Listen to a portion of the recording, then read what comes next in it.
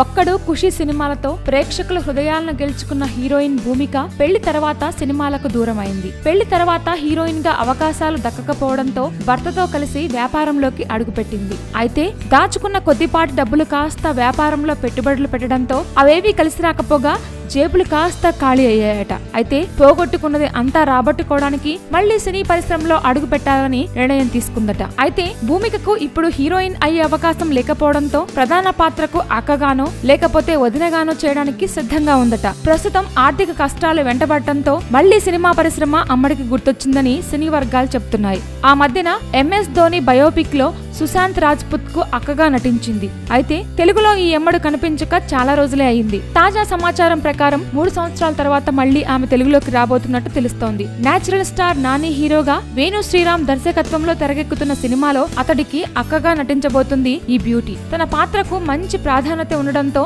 ఇందులో నటించేందుకు భూమిక ఒప్పుకున్నట్లు తెలుస్తోంది. చూడాలి మరి ఈ మూవీతోనైనా ఈ హీరోయిన్ మళ్లీ తెలుగులో బిజీ అవుతుందేమో. Please subscribe. Hi, it's me Purna. Please subscribe.